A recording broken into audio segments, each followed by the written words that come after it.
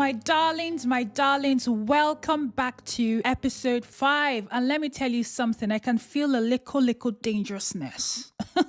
A little, soft trembling in this realm. Anywho, this wild bird, aka me, she is hydrated, moisturized, and yes, ready to overstep. As always, I'll be pulling your questions at random from our very special box. Yes, the box. And I'll be giving you my unlicensed, unprofessional, heartfelt, raw, unhinged, and hopefully spellbinding answers. I am your ever charming and passionate host, Pearl Ada. But don't let that distract you. Hold your hearts, grab your chests, collect your tissues, tassels, snacks, wiggle and jiggle your bum a bit for good luck, because we're officially walking through the gates of Pearl, and for all you know, this might be a spell. This might be a spell. Our first question for today.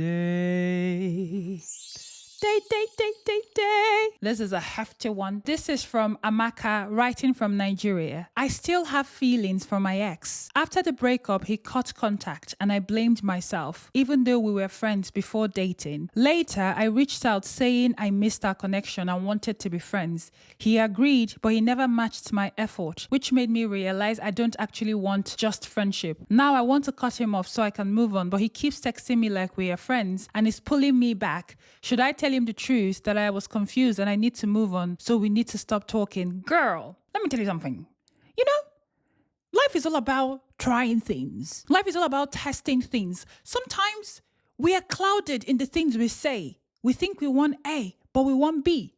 And by trying A, we realize it is B. And it's okay to tell people, my bad, I really am sorry. Be honest, release him, release you, especially since you are the one that reached out. He was minding his business, focusing on his life. You reached out. So now that you figured out what you actually want, own it and step back. We're not backpedaling. It's 2026. Move on. Next.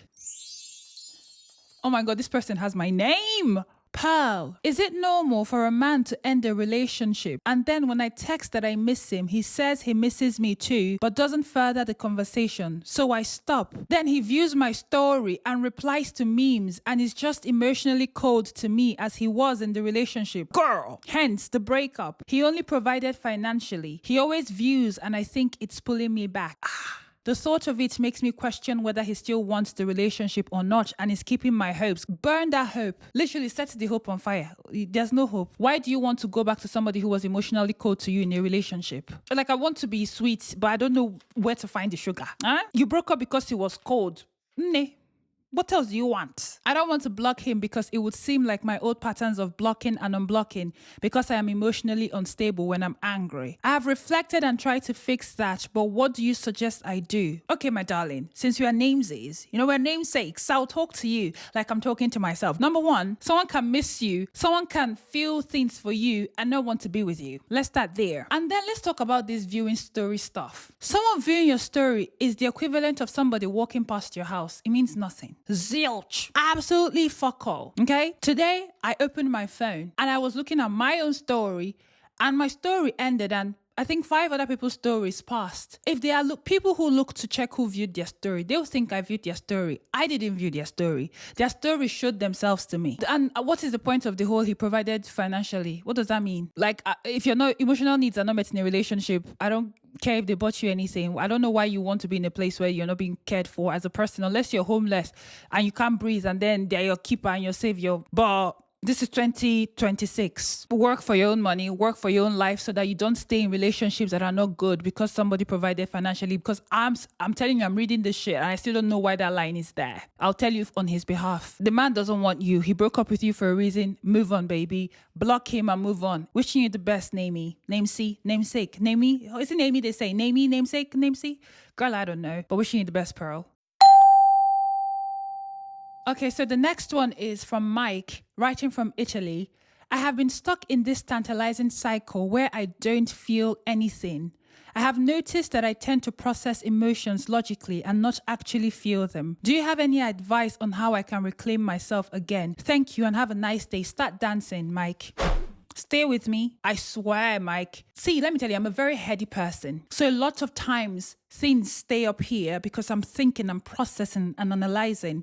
But the thing about movement is one of the most important things when it comes to healing our bodies or healing our mind-body connection. Take a dance class, salsa, bachata, twerking, pole dancing, I don't care, tap dancing, anything that allows you to have a somatic connection to your body so that you're able to know where things live in your body. I'm not going to tell you that processing things logically is a bad thing. No, but what you want is to both do logical and emotional. So when you catch yourself processing your emotions logically, notice it and then drop into your body. But then you can't drop into your body if you don't know how things feel and where they live. Become friends with your body. And when you dance, start noticing what comes up. If you feel joy, if you feel excitement, where does that live in your body? Like literally, that connection, mind-body connection, I promise you, will start helping you to drop into your body. Because I don't think there's anything wrong. Some people process emotions differently because sometimes we act like everybody's the same. Everybody's not the same. Okay? And in this household, we know that people are different. For whatever reason, some people is their neurotype. For some people, it's the experiences that they've had in life that has blocked certain things for them. So whatever it might be for you, movement has saved my life. I love it so deeply. So that's my tip for you, Mike. This is from Leah, writing from Malaysia. How to stop chasing or being the initiator, coming from someone who swears that she will never chase a guy anymore, but keeps on doing the opposite. Listen, it's like ping pong. You throw a ball, they throw a ball back. Pass it back, they pass it back. That's people that are involved. People who are leaning in. Ping pong. Pyum, pyum, pyum, pyum, pyum. Relationship is going smoothly. If it's pong or ping, pim, only one-sided. Where is the self-respect? That's it. There's nothing wrong with being the first. There's nothing wrong with being the first to give somebody your card and say, call me. There's nothing wrong with writing your number on a cup if you see somebody that is cute. There's nothing wrong with winking at somebody and telling them to come over. There's nothing wrong with initiating stuff. If you pong and they don't ping, abort. I cannot pong. I only ping and then wait for the pong. And then when the pong comes, I ping and then I wait for another pong. If there's a pong, and there's no ping, they should abort. You only want to be in a ping pong, ping pong. Because at the end of the day, the question is, Leah, where is the self-respect? This is not even gendered. People are like, oh my God, if you tell a guy you like him first, he will always wait for you to tell him things first. No, he won't, because I won't be there. I don't play games. Men are not the center of my life. I will not be there to experience it. I will not be with a man who is making calculations and exalting himself above me because I made a human connection. That's an emotionally unintelligent man. I can't date such. So the minute I clock it, sayonara bitches, vanish. In this household, we are vanishers.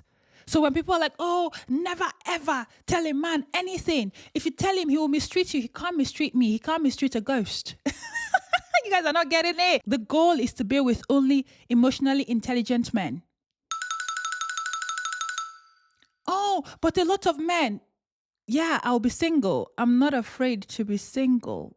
What is going on here? Are we still not grasping the message I am passing on? We are content with ourselves in this household. We don't make exceptions based on social conditioning. No, we expect people to rise to the occasion. If you can't rise, stay down there. I'll jump over you and move on. I'm not going to lower my humanity to make space for somebody's incapabilities. I don't live that way. Comprende?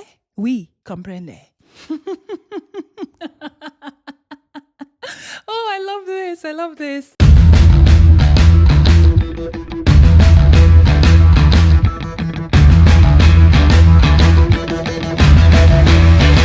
One of the things I've really observed in society and in people a lot is that a lot of people really don't know how to love. When I say love in parentheses, actually a love in air quotes, love or admire without possessing. People do feel entitled to people and things and spaces. It's very interesting. Sometimes they present it as this warm thing, but it's entitlement.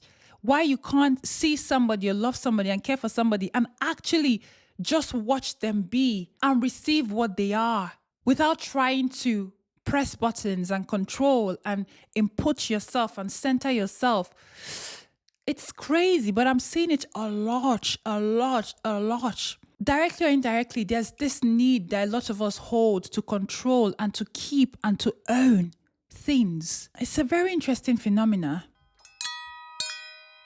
Our next question is from somebody named This is from Kate, writing from Hungary. I'm an immigrant, not by choice. I lost a sense of stability and lots of connection, and it is really hard for me to navigate life now. What would you do to support yourself in such a situation? I'm an immigrant by choice, and I've been an immigrant since I was 17. I moved abroad with no family, not knowing anyone, and I've been solo ever since. And I know that my having a choice does change the taste of the story, but the truth is, at the end of the day, most immigrants have the same experience to a certain extent. Unless you moved with a family, we don't have community. We're alone. We have to find our place. And in your case, I can imagine the feeling of lost, having to be uprooted from your home, not by choice. So my heart really goes out to you. Do not isolate, because that's what tends to happen. You feel so overwhelmed, so lost, so alone. We feel like the city will never accept us. We feel like aliens. Fight that. Go into support groups. If you're a religious person, find a religious group, because that's the thing I give religious groups props for. Community. Look for other people who are internationals. Look for other immigrants. Make friends with them. You might not be friends with them for a long time, but for a while you figure out your footing, have them around you. Join anything that gives you community. I'm telling you, as long as it's not something detrimental, join it. 3 months, 5 months till you feel less out of place and less alien. This is from someone named Kudos. I don't think that's your name though. Kudos, writing from Chicago. I have this friendship with a couple. It's a newer one, but I've been able to do some solid healing and nervous system rewiring through them. And we have exchanged the title of best friends to one another. However, at the moment, they are a closed relationship, but my heart would definitely like more if things aligned, though I respect the boundary. I sometimes feel like I'm pausing other possibilities, but I'm also not exactly ready for romance unless it was this one, as I truly feel safe here. The situation hurts a lot, but I also seem to keep learning more about them and myself. Am I being a fool? The thing about safety is this. They are not the home for your safety. Your safety lives within you. They might have been a catalyst. They might have helped you facilitate safety. And this is what I always try to get people to understand. Your home needs to be you. Home is wherever I am, okay? So you feel safe there, but you can always cultivate safety with other people. Some people are unsafe people, yes. But you now have it within you. This has taught you, this relationship has shown you that you can be someone who feels safe. You can be someone who feels centered and grounded. Also, there's something to be said about pining after people and hoping for something they're not offering. It can taint something that is a good relationship. It can, because you're saying you might be warding off other possibilities, but you're not ready for romance unless it's this one. No, you are ready for romance, but you've psyched yourself into believing that this is the one. It's not the one. They don't want you like that. Don't deceive yourself. I'm really a proponent for telling the truth. You're wasting your time, your energy. It's not that one because they're not open. The people that are for you are available to you. If you adopt this mindset, life will be much easier for you and healthier for you. So hold the safety you feel, because that safety lives within you. They might have somehow helped you get there, helped you with the grounding, co-regulated with you, but that safety is yours. Take it, wield it, and go and find your people to be in a romantic thing with, okay? They have themselves, you go find yours. What is this? What is this? This is from Nora, writing from Morocco. Hi, Pearl. Hi, Nora. Any tips for managing social awkwardness? I am great with strangers, but I get awkward around people I'm supposed to see often. People I know, relatives, colleagues, or classmates. I find it hard to keep conversations engaging, and my heightened self-awareness doesn't help, often falling into hesitation and pre-interaction overthinking. Nora, darling, let me tell you something that will liberate you and has liberated me. Be an awkward person. Girl, let me tell you, there's something incredible about owning your being an emotional state. It humanizes you. Let them know that you're the awkward friend. Let them know that you're the awkward person, the awkward classmate, the awkward family member. And one day you might just relax and they will recognize the relaxation and they will go, I remember when we first started talking, you were a bit more, it's fine. I feel like there's this epidemic in our human state right now where everybody wants to be polished. Everybody wants to appear put together. Everybody wants to show up as an example. Perfect example of something. Some of us are awkward and that's okay. It's okay to go, oh my God, I'm so awkward. Oh my God, I'm sweating buckets. I don't know what to say. Say that to them. Say that to them. It's an icebreaker. You might as well just be awkward yourself. Let's pick our next question. Oh my God, can anybody remember this song from Sisters Act? I sing because I'm happy. What is this? Wow. This is from Omar, writing from Egypt. What's the belief you hold that you can't justify logically, but feel in your bones anyway? Whimsy, beauty, magic, the moon. It's a friend, and the trees communicating with these things that exist with us. They see you and they speak and breathe life into you, the wind and the waters, the waves, all these things. Of course, I know I sound like a lunatic. I know. But then I don't care to break it down to anybody. Like believing in anything divine or whimsical or magical is illogical. Of course it is. But there's something to be said about accepting the illogicality of it and owning it. I have no desire to be logical in that way. I'm already so logical in so many ways, but I refuse to lose whimsy, that connection to magic. I sometimes walk past the canal. I would just stand in front of the canal and I let songs flow. I don't even know what I'm singing. I tend to make up songs on the spot all the time, but whatever words that have been living within me that need to be spoken, I just bellow these songs out. Words upon words that are not connected. Some of them are, but I stand and I'm like, and I sing and I sing and I sing and I watch the waves move and carry these words with them, with the wind. And when I'm done, I release thanks for the opportunity to release in that way. Don't I sound like a lunatic? Of course I do. But do I care? No, because I don't even want to imagine living in a world or living a life where I'm disconnected from nature, where I am disconnected from divinity. And I don't care enough to convince anybody of it.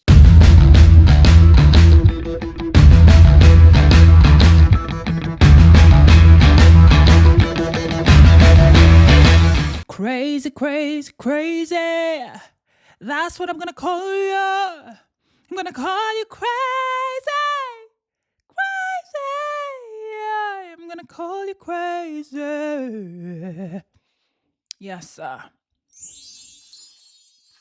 Kevin is writing from England. Is it okay to grieve somebody who abused you? They didn't pass away, but I grieve the presence they had in my life, the love I had for them, regardless of the emotional abuse. Kevin, baby, let me tell you something. When you cut off hate, when you cut off pain, when you cut off abuse, you also cut off some of the love that was there. And I think a lot of times we don't talk about it. It's very seldom that a person is fully hateful, fully mean, fully bad. People usually exist in grays, some of them really gray. The reason people tend to cut people off is that the pain and the abuse supersedes and just overtakes any form of good. So it's just too much that it's not worth it. So it's okay. It's okay to miss them. It's okay to grieve them. Take your time. It's normal. It's human. All the love, my love. Oh, baby. This is from somebody named Gargi or Gargi. I'm not sure. I think I am emotionally unavailable. That's why I attract emotionally unavailable men. But how do I know if that's true? I have so much love to give and want to be loved back. Gargi, baby. And this is why I drum on about the fact that we do not attract specific people. We attract everybody. Gaji, do you accept emotionally unavailable men? If you do, then you yourself might be emotionally unavailable. But if it's just that, they come and then you try with them and then you're like, back off. gremlin. If every time you notice that somebody isn't open, you run for the hills, then no issues here. Look at the state of the world. A lot of people are emotionally unavailable and unaware of it. I think that's the litmus test to know if someone is emotionally unavailable. What do you do when you find out that there's nothing for you there? Do you pine after them? Do you keep hoping? Do you try? Does it excite you? Does it seem like a challenge? But I don't even think you are. You writing me this, I don't know that I think you are. But if you really truly want to be loved and you want to love and be loved back, keep looking. It really is a game of kissing frogs, babes. I know. Them cartoons never lied. Good luck, baby. Let's do our next question. Next question. This is from Renee, writing from Dubai. For a long time, I have cut myself off of people simply because I don't feel genuinely good around them or that I know it won't work out for me. I have big values about who I keep in my circle, but I'm starting to think maybe the discomfort I feel from being around them is growing pains, but I have blurred the line between my anxiety and my intuition. How do I know if it's my intuition if I always feel from my head and never other parts of my body, like my heart, my gut, etc.? How do I know if I am doing myself a favor by staying away or sabotaging myself? How can I reconnect with my intuition? The only way to know if something is right or wrong or true about you is to gather information. And how do you gather information? Study your patterns. If what you've always been doing is just cutting people off whenever something feels whatever, and now you're confused, how about trying the opposite as a test? You're doing it for the plot. That's the point. You sit through stuff and see what happens and then make notes. There's a time in my life where I would feel something and I would not act immediately. And I noticed that every time that happened, I missed something because I didn't listen. I trained that reaction by now paying attention. I gathered information on all the times I missed it and I didn't listen, and gathered information on all the times I listened. I had to actively paying attention, gather information.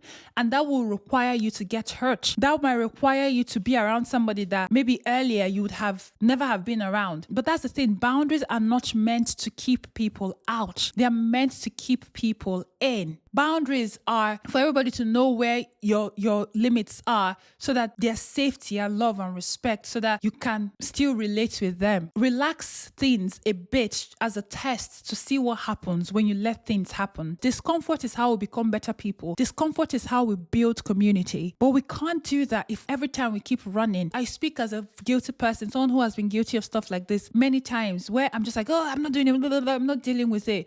But then you realize that in many ways you're kind of stunted. You don't learn, you don't grow. You don't see other people behave a different way and see how you react to difference. Everything in your life is so curated to just what you know, just what you like, just what you do. Do you really want to live like that? Oh my God, I think I'm whizzing through them questions today. Whizzing through them questions. Whizzing through them questions. Whizzing through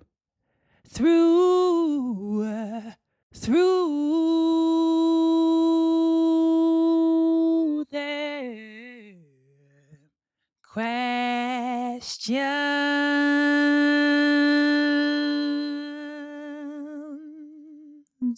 This is from Rio, writing from Spain. What was the moment you realized you were officially an adult, not age-wise, but emotionally or mentally? When I bought a printer.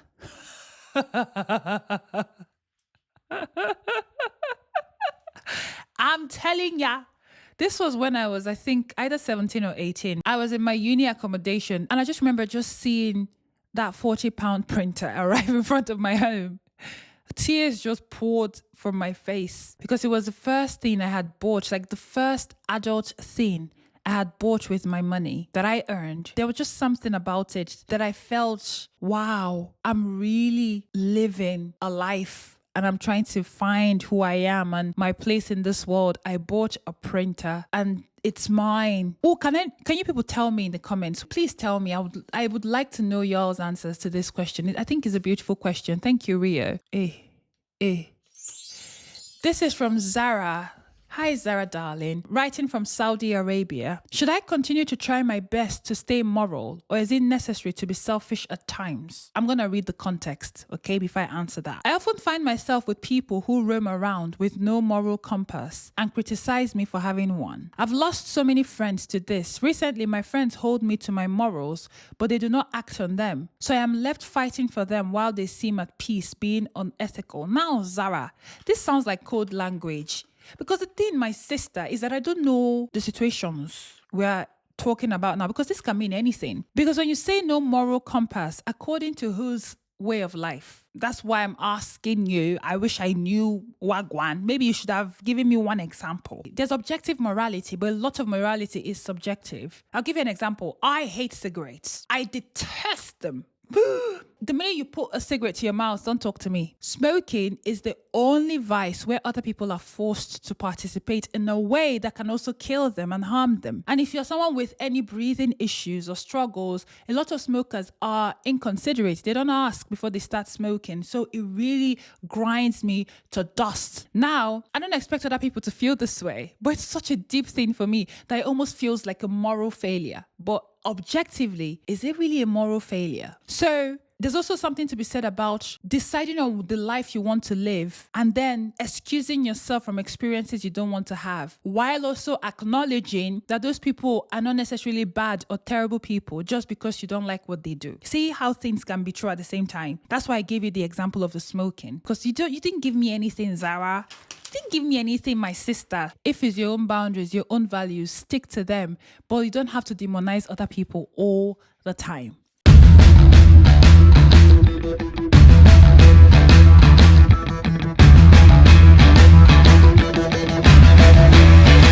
I'm going to try new activities. I've tried a few different things right now, and I'm meeting people, yes. But I think I'm going to put myself in newer activities that are maybe completely out of my comfort zone, but nothing that causes me any extreme pain or, disorientation. But just put myself in unusual spaces and see what happens.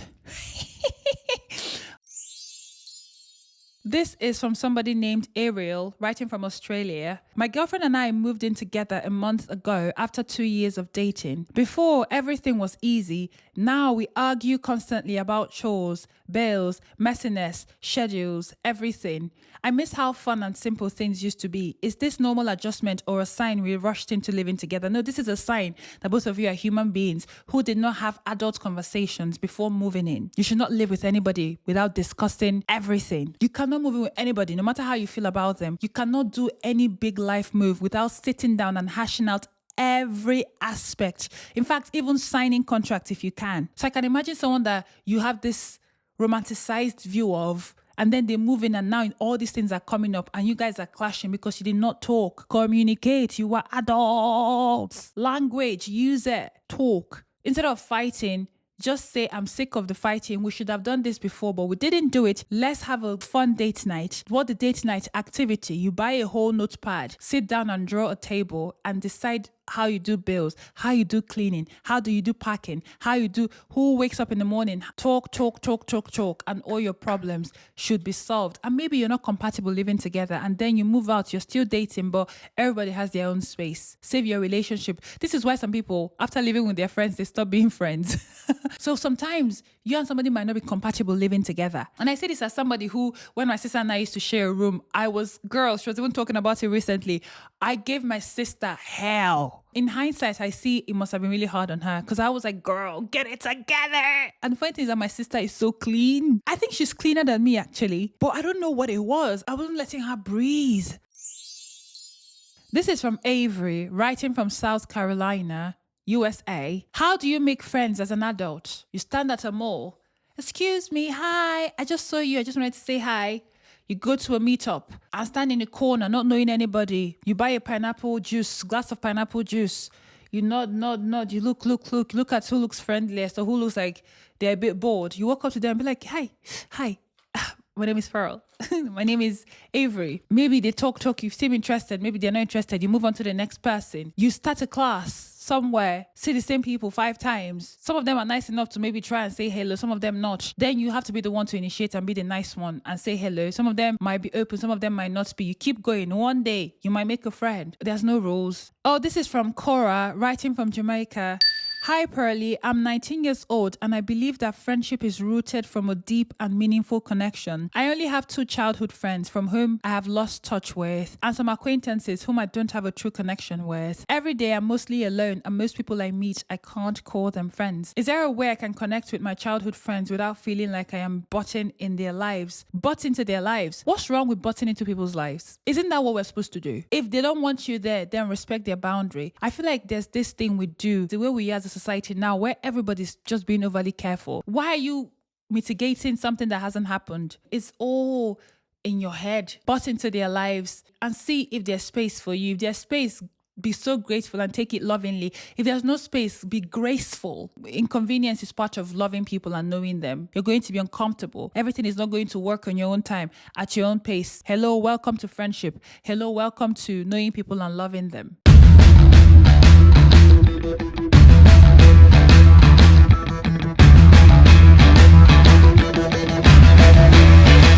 It's hard to be free when you're also holding other people hostage. Part of the reason why I think the freedom I feel translates, whether it's through like the words that I say, is because genuinely I work really hard as a person not to hold other people hostage, to work through my biases, to work through whatever it is in my head that keeps other people in prisons. If I can release them, I'm also releasing myself. Girl, I love this question. This question is great. This is from Marisol, writing from Mexico. What's a good girl rule you finally stopped obeying? I think it's a lot of things, but I noticed something recently, yeah? I no longer know how to cook. Let me tell you something. I started cooking really early. So I was the family cook. I was the gathering cook. You know, usual African eldest daughter vibes, especially from an Igbo family. You know, I was the kitchen utensil for most things. But now I don't know how to cook. I just don't know how to cook. I know how to eat. I mean, I do eat a lot of bland, tasteless things these days, but the fact that I just don't know how to cook anymore. And it was my sister that was telling me. She was like, I love this for you. I was like, girl, yes, me too. This is from Elena. Is there a way to move on from someone quickly? No. Sorry for the look of disgust on my face. This is from Anya, writing from India. It's hard for me to move on from this person. He doesn't treat me the way he should, but I feel void without him. Help me, Pearlie. Girl, I can't help you. Help yourself. Someone treats me bad, but I feel a void. I don't even know how to help. Girl, what is this? Why are you on the floor? Why are you on the floor, babes? Why are you on the floor? Stand up. Someone treating you badly should make you feel intense disgust. It should make you break out. Like genuinely. Ew. Ugh. That's how you should be feeling when someone treats you terribly. It's so unattractive when people treat me bad. It's like the best way to kill feelings is by treating me badly. Why? Because I like myself. So Anya, girl, do you like yourself? And I'm not saying you won't have residual feelings about people. You liked them once, so maybe you had whatever you felt for them. But the fact that you're saying you feel void without somebody who is treating you badly, girl, I think you're in the mud. Go wash off. And maybe in that mud, maybe you dropped your self-respect somewhere. Pick it up and make sure you don't leave it behind as you're going to wash off. Help yourself, baby. Help yourself. Don't piss me off. Hi, pal. Please, can you keep this? Oh, anonymous. I grew up in a family of 4. I am the eldest and have a younger brother. I've always felt that pressure to do things just right and to not cause any problems. I don't think my parents are bad at all. They loved me and my brother. They tried, I think. I am in my early 30s and I'm only now realizing that I've never truly learned to rely on anyone. My mother sometimes talks about how proud she is that I've always been able to take care of my stuff and be self-sufficient. But I can't tell if I am independent or just used to doing everything alone. You can be both. You can be both independent and used to doing everything alone. In this case, what's happened is you were forced into independence very early. Okay, the song is not making sense. I'll stop now. Let me tell you what you need to do. You need to become a useless person. Babe, take this from somebody who knows what you're feeling right now. You need to become a useless person, not to yourself per se, but to the people who rely on you. Tell them your problems. Tell them you're not self-sufficient. Tell them when things are going awry. And I know it can feel hard to break that, but they need to know that you're a person and in what way you are. I remember when my sister turned 18, my second sister, my baby girl, and I remember I was going through like a bit of a saying then how she called me and we were chatting. And I told her everything that was going on and she listened. But I remember she was a bit stunned because it's me, her Ada. It's me, her big sissy, her second mommy. But I was treating her like a friend.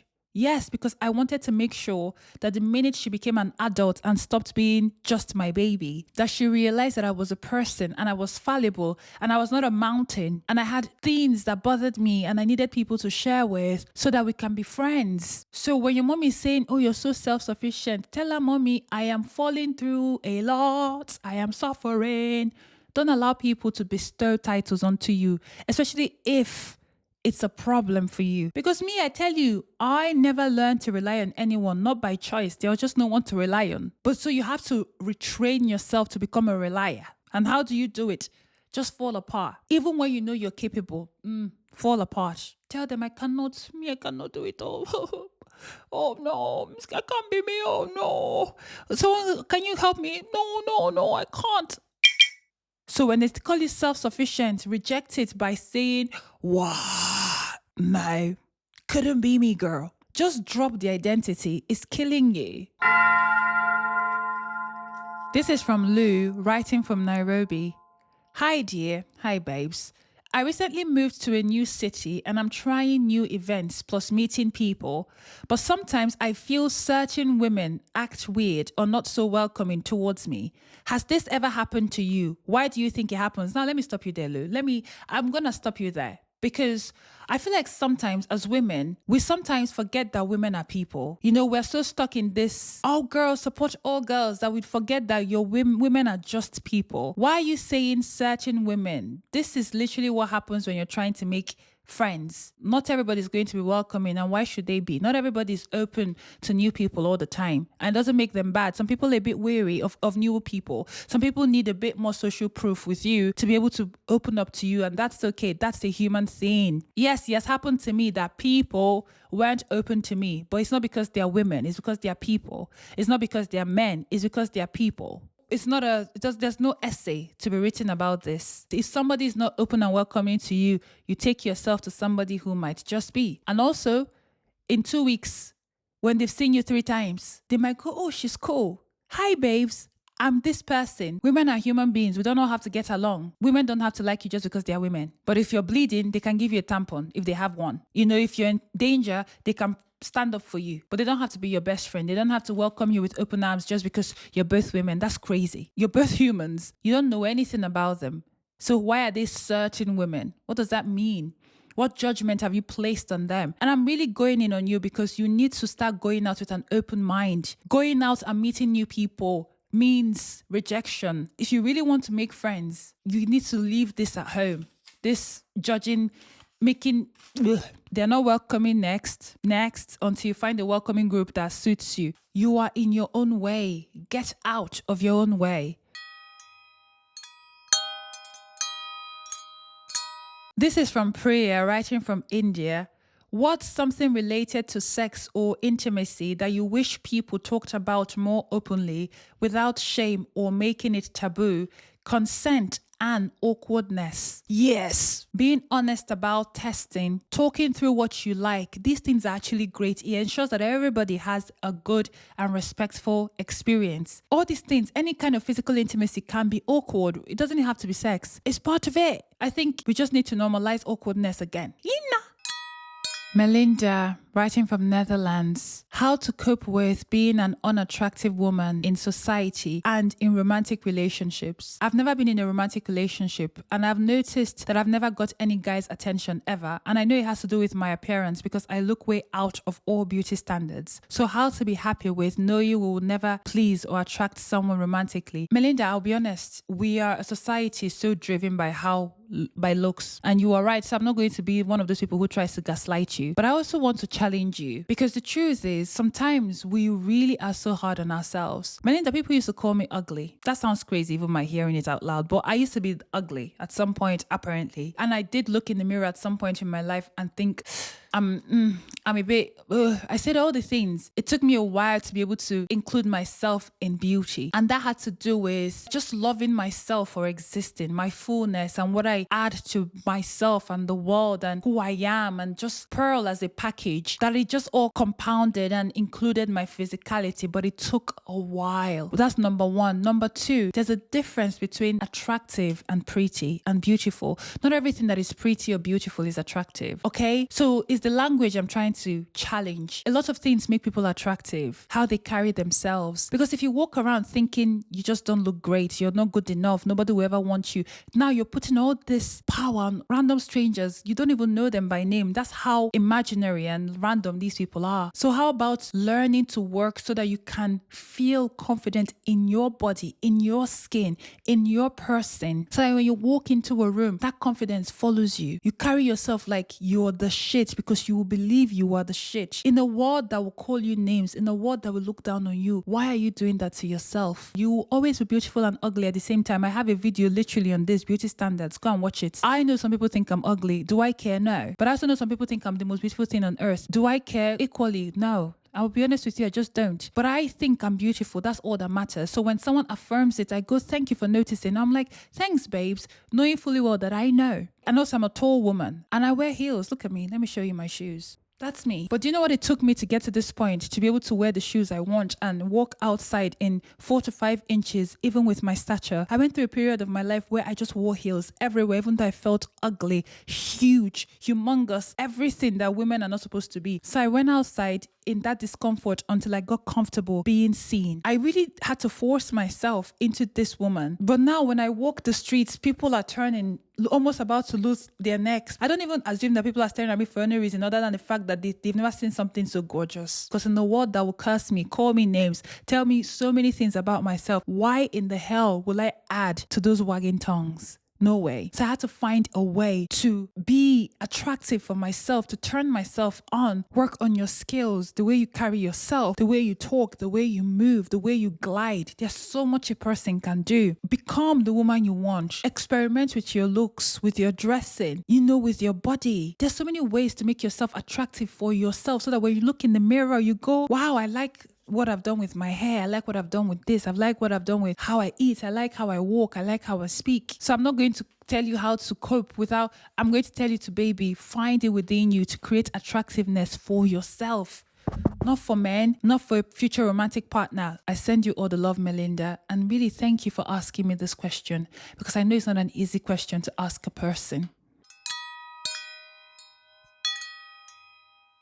This is from Daria, writing from Ukraine. How to live with people that are just sane? That's the right question. I'm not reading it wrong. They seem to not have a lot of trauma from their childhood. They can afford to not think about other people at all. And their day doesn't go ruined because your plans with them mess up. It's really hard going through a healing process when the closest people around you are living their best lives and the guilt for those feelings just adds up. The question is not in understanding that I need to have self-esteem. No, I get it. And that's what I'm trying to do. I just don't know how to sustain healing when people around you are already like that. It seems to me that you're looking for a trauma bond. Trauma bonds suck. Let's just call a spade a spade. Sometimes, yes, you connect with somebody, trauma bond with them. And if you're lucky, it's a good friendship and it's great. And you people grow out of that trauma bond. And now you guys are connected in a way that is healthy. But trauma bonds are not healthy. Why must everybody around you suck and be sad and be going through a lot so that you can feel less alone? See it as something of beauty. Why not lean into that freedom that they experience? Why not ask them to help you? Why not say, listen, I struggle with this because of my past, but I want to learn a bit more. It's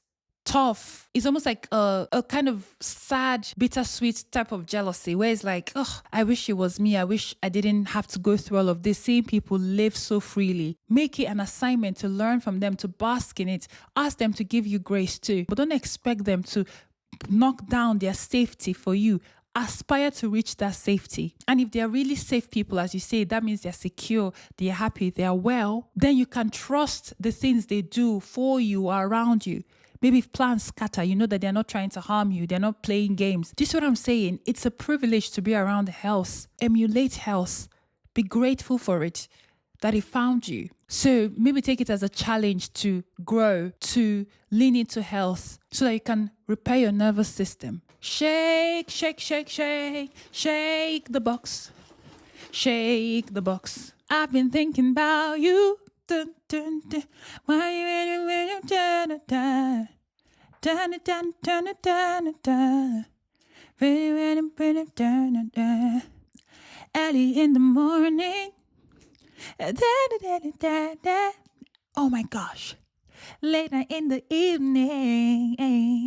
I can't get it out of my head. I can't remember the name of that song, but that song, when it came out, I listened to it every day, like 10 to 15 times a day. And with that, my loves, the gates of Pearl gently come to a close for today. Whatever you heard, whatever landed, whatever spell may or may not have been cast, let it simmer, let it sparkle, let it do what it gotta do. And if you want to submit your own questions for the upcoming episodes, the link is in the description wherever you are watching or listening.